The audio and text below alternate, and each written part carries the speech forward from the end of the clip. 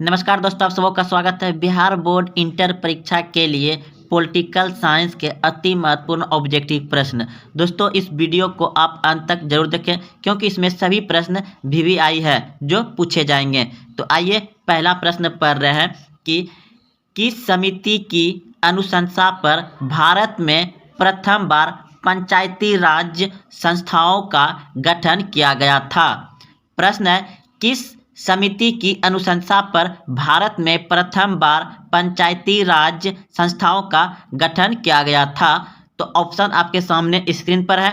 इस प्रश्न का उत्तर अगर आप डी सोचे हैं तो बिल्कुल सही सोचे हैं, बलवंत राय मेहता समिति। बलवंत राय मेहता समिति। अगला प्रश्न है आपका, निम्नलिखित में से कौन भारतीय संघीय व्यवस्था की विशेषता नहीं है। प्रश्न है, निम्नलिखित में से कौन भारतीय संघीय व्यवस्था की विशेषता नहीं है। तो ऑप्शन आपके सामने है। इस प्रश्न का उत्तर हो जाएगा आपका दोहरी नागरिकता। यह भारतीय संघीय व्यवस्था का विशेषता नहीं है, दोहरी नागरिकता। अगला प्रश्न है आपका, भारतीय संविधान के द्वारा कितने मौलिक अधिकार प्रदान किए गए हैं। भारतीय संविधान के द्वारा कितने मौलिक अधिकार प्रदान किए गए हैं। तो इस प्रश्न का उत्तर हो जाएगा आपका ऑप्शन नंबर बी, बिल्कुल सही है, 6। अगला प्रश्न है, भारतीय संविधान का कौन सा अनुच्छेद निर्वाचन के लिए प्रावधान करता है। प्रश्न है, भारतीय संविधान का कौन सा अनुच्छेद निर्वाचन के लिए प्रावधान करता है। तो इस प्रश्न का उत्तर हो जाएगा आपका ऑप्शन नंबर डी, बिल्कुल सही है, अनुच्छेद 324। राज्यसभा में प्रतिनिधित्व होता है। राज्यसभा में प्रतिनिधित्व होता है। तो इस प्रश्न का उत्तर हो जाएगा आपका ऑप्शन नंबर सी, बिल्कुल सही है, ए और बी दोनों होता है।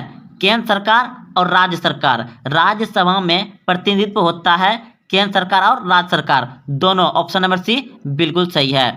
अगला प्रश्न है, भारतीय संघीय व्यवस्था में किसे अधिक शक्तियां प्राप्त है। तो इस प्रश्न का उत्तर हो जाएगा आपका ऑप्शन नंबर ए, बिल्कुल सही है, केंद्र सरकार को।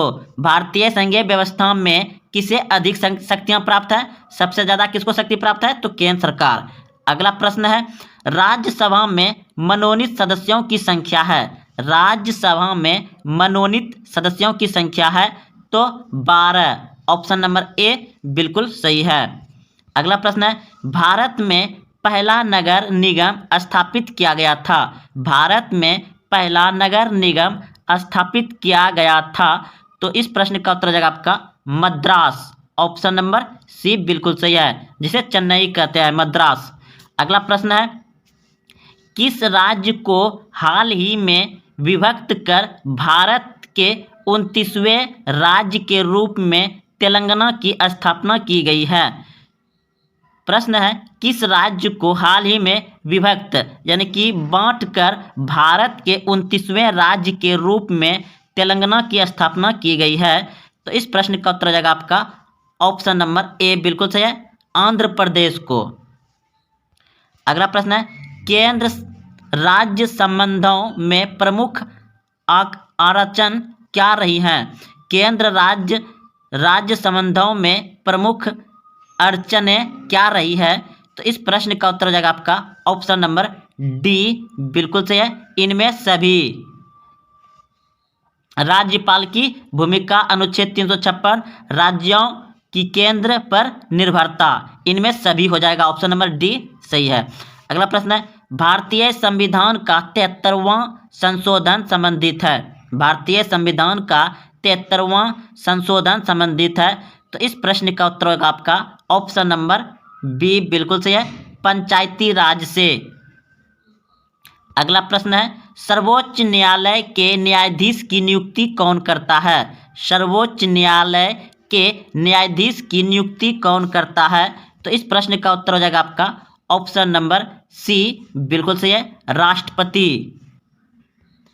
अगला प्रश्न है, भारत में गैर कांग्रेस सरकार के पहले प्रधानमंत्री कौन थे। भारत में गैर कांग्रेस सरकार के पहले प्रधानमंत्री कौन थे। नंबर बी बिल्कुल सही है, Morarji Desai. Option number B सही है।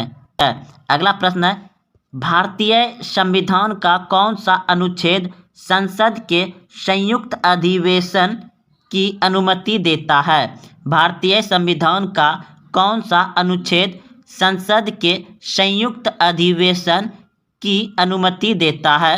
तो इस प्रश्न का उत्तर होगा आपका ऑप्शन नंबर बी, बिल्कुल सही है, अनुच्छेद 108। अगला प्रश्न है, निम्नलिखित में से कौन एक संवैधानिक संस्था नहीं है? निम्नलिखित में से कौन एक संवैधानिक संस्था नहीं है? तो इस प्रश्न का उत्तर होगा आपका ऑप्शन नंबर ए, बिल्कुल सही है, नीति आयोग। नीति आयोग संवैधानिक संस्था नहीं है। प्रश्न है, भारतीय संविधान के किस भाग को संविधान को आत्मा कहा जाता है? तो इस प्रश्न का उत्तर हो जाएगा आपका ऑप्शन नंबर ए, बिल्कुल सही है, प्रस्तावना को। भारतीय संविधान के किस भाग को संविधान को आत्मा कहा जाता है? तो प्रस्तावना को कहा जाता है। ऑप्शन नंबर ए बिल्कुल सही है। संविधान सभा के अध्यक्ष कौन थे? संविधान सभा के अध्यक्ष कौन थे? तो इस प्रश्न का उत्तर हो जाएगा आपका ऑप्शन नंबर बी, बिल्कुल सही है, डॉक्टर राजेंद्र प्रसाद। अगला प्रश्न है, संविधान द्वारा किस भाषा को राज्यसभा का दर्जा दिया गया है? संविधान द्वारा किस भाषा को राजभाषा का दर्जा दिया गया है? तो इस प्रश्न का उत्तर हो जाएगा आपका ऑप्शन नंबर सी, बिल्कुल सही है, हिंदी। हिंदी भाषा को राजभाषा का दर्जा दिया गया है।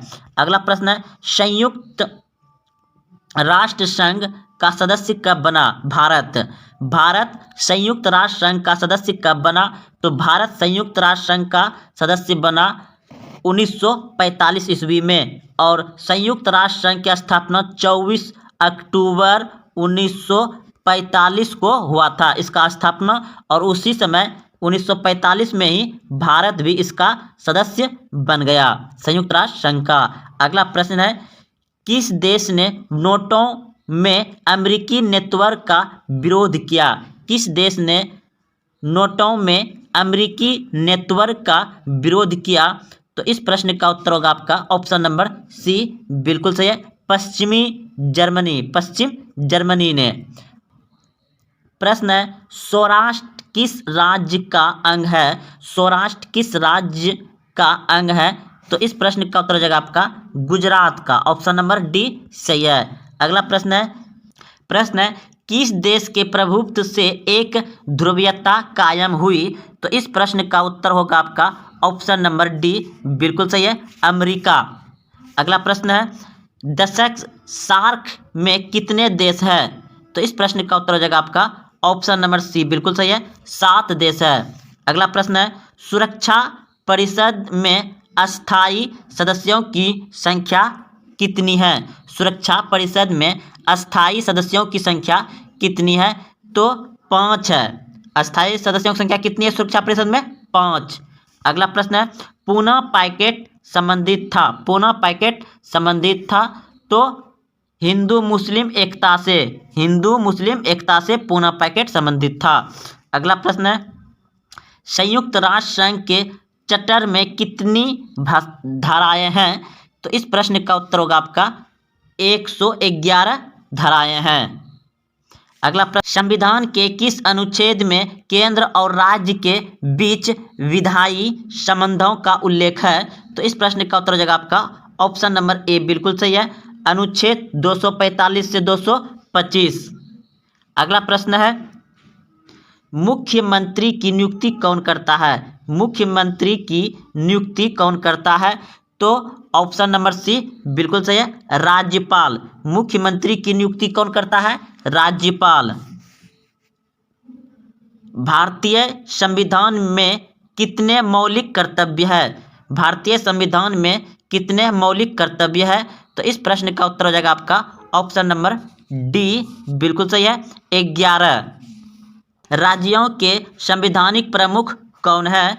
तो इस प्रश्न का उत्तर हो जाएगा आपका ऑप्शन नंबर ए, बिल्कुल सही है, राज्यपाल। राज्यों के संवैधानिक प्रमुख कौन होते हैं? तो राज्यपाल। ऑप्शन नंबर ए सही है।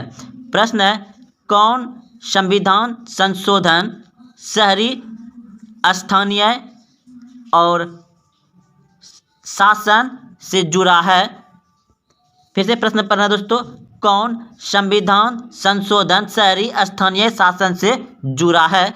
तो इस प्रश्न का उत्तर होगा आपका ऑप्शन नंबर बी, बिल्कुल सही है, 74वां।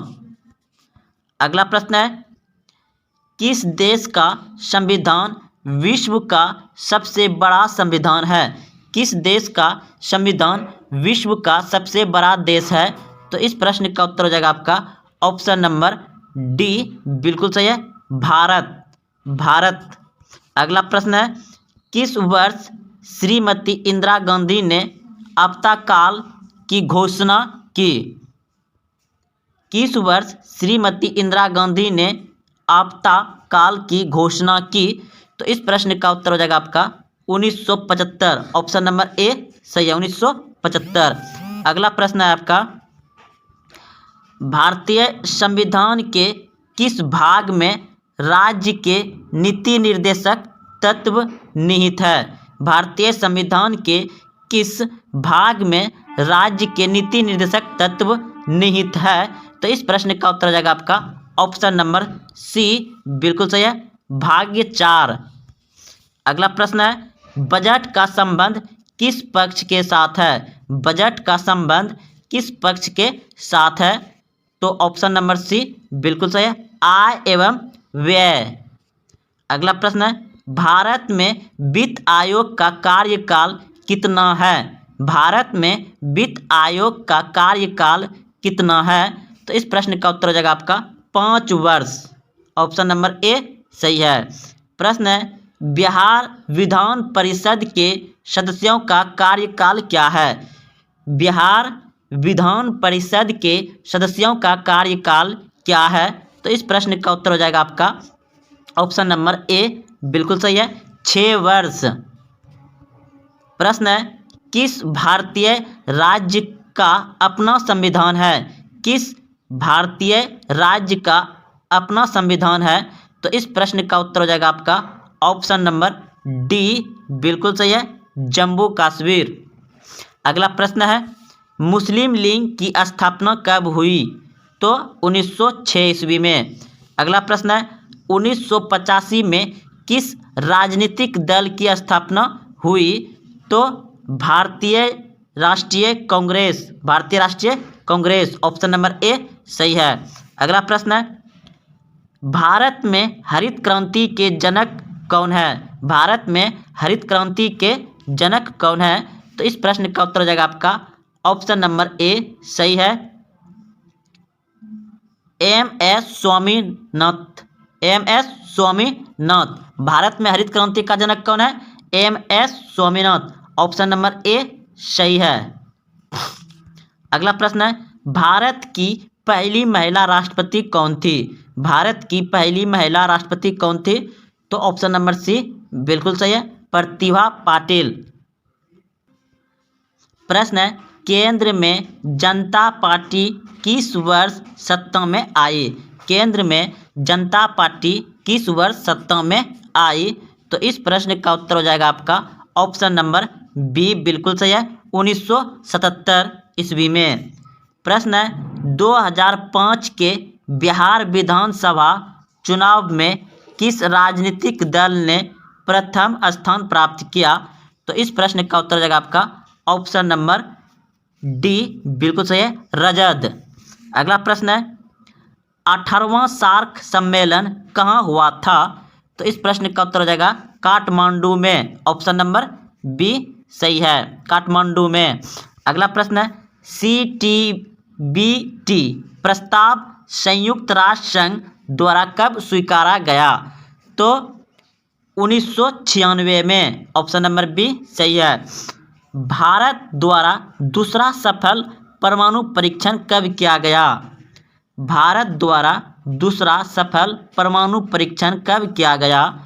तो इस प्रश्न का उत्तर हो जाएगा आपका ऑप्शन नंबर डी सही है, 1998 ईस्वी में। प्रश्न है, भारत के प्रथम प्रधानमंत्री कौन थे? भारत के प्रथम प्रधानमंत्री कौन थे? तो इस प्रश्न का उत्तर हो जाएगा आपका ऑप्शन नंबर सी, बिल्कुल सही है, पंडित जवाहरलाल नेहरू। अगला प्रश्न है आपका, संयुक्त राष्ट्र संघ के प्रथम एशियाई महासचिव कौन थे? संयुक्त राष्ट्र संघ के प्रथम एशियाई महासचिव कौन थे? तो इस प्रश्न का उत्तर हो जाएगा आपका ऑप्शन नंबर बी, बिल्कुल सही है, यूथर्ड। अगला प्रश्न है, ग्राम कचहरी का प्रधान कौन होता है? ग्राम कचहरी का प्रधान कौन होता है? तो इस प्रश्न का उत्तर हो जाएगा सरपंच। ग्राम कचहरी का प्रधान कौन होता है? सरपंच।